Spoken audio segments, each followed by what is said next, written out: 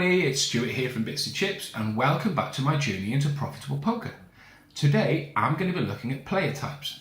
Being able to profile your opponent is a key factor when it comes to developing strategies. Being able to understand how your opponent plays will allow us to counter any move he or she makes. So without further ado, let's get into it. When it comes to player types, there are numerous different ways poker players categorize player types. Some say there are 4 types, some say there are 6 types, sometimes even more. I think, to be honest, providing you have a decent number of categories, it doesn't matter too much at this level. So that being said, I have chosen 6 types.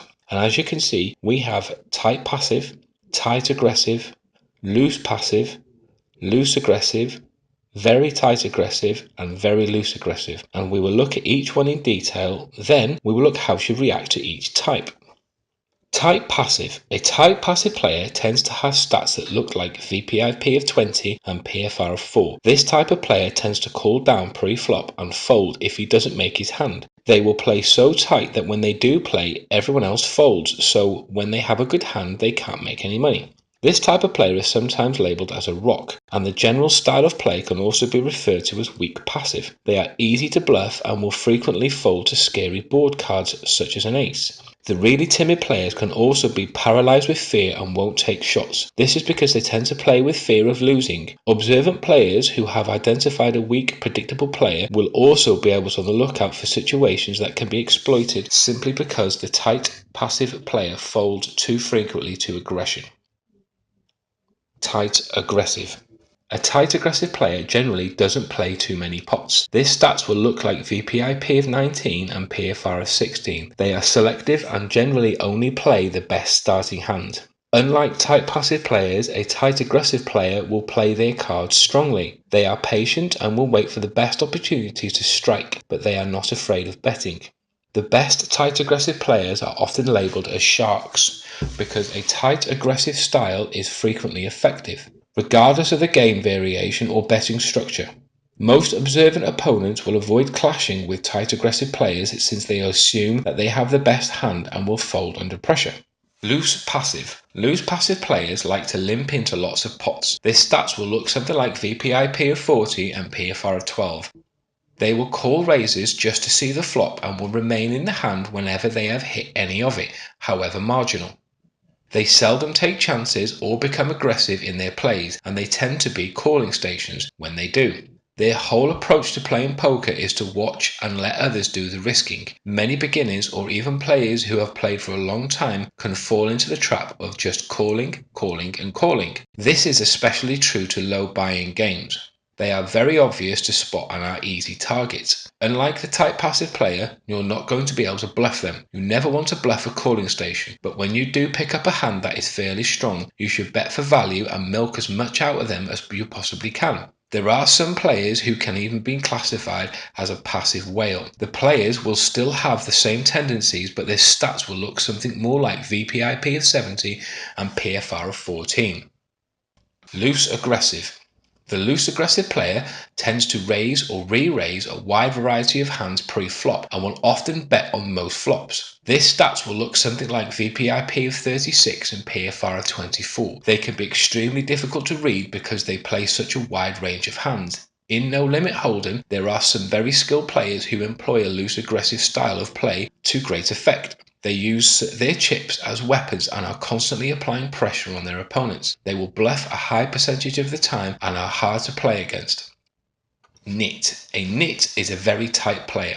Usually, he will have stats that look like VPIP of 14 and PFR of 11. A player who is unwilling to take risks and plays only premium hands on the top range. The nit is content to sit back and wait for the ultra premium hands and will blind himself into oblivion if necessary. He plays nothing but aces, kings, queens, sometimes ace-king. If you're ever re-raised by a nit, you know they have something really, really good. You can safely fold a hand up to and including pair of queens. The Maniac.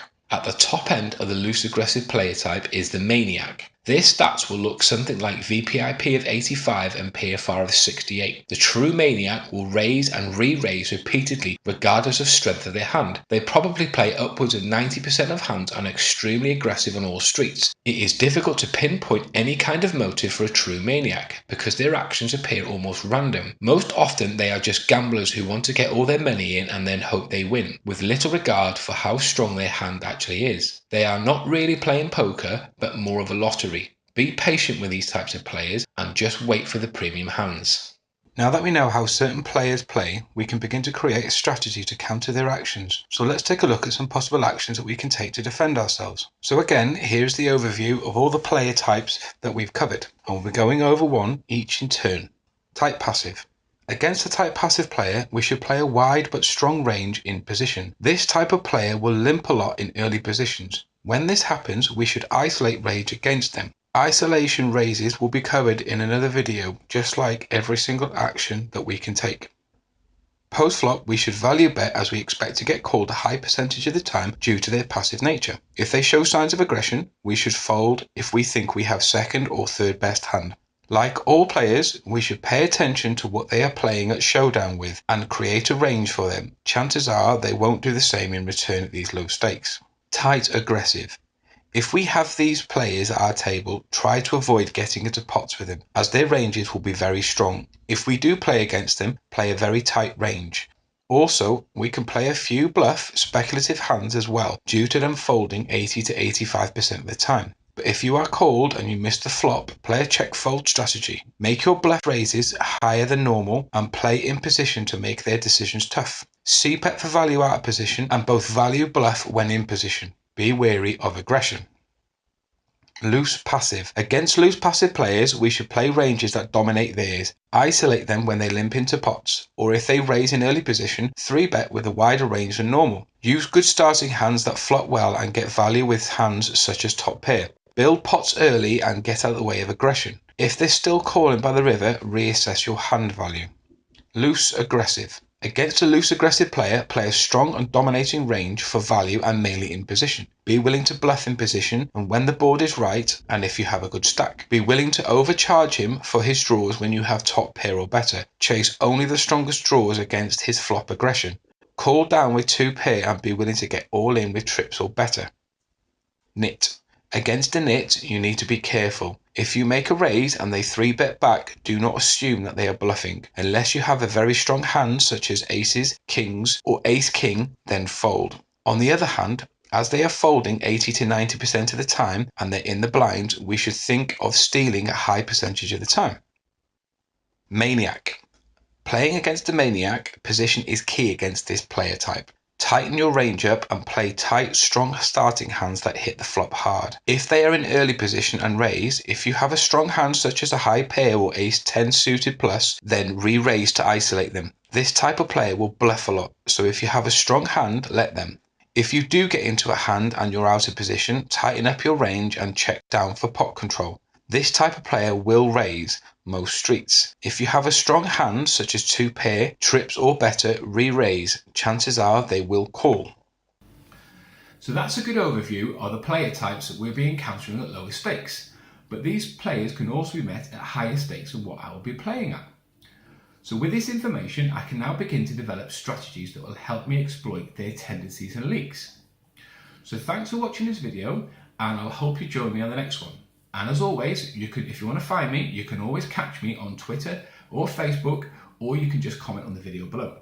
And if you haven't already done so, please press the subscribe button now. Thanks for watching, and I'll see you soon.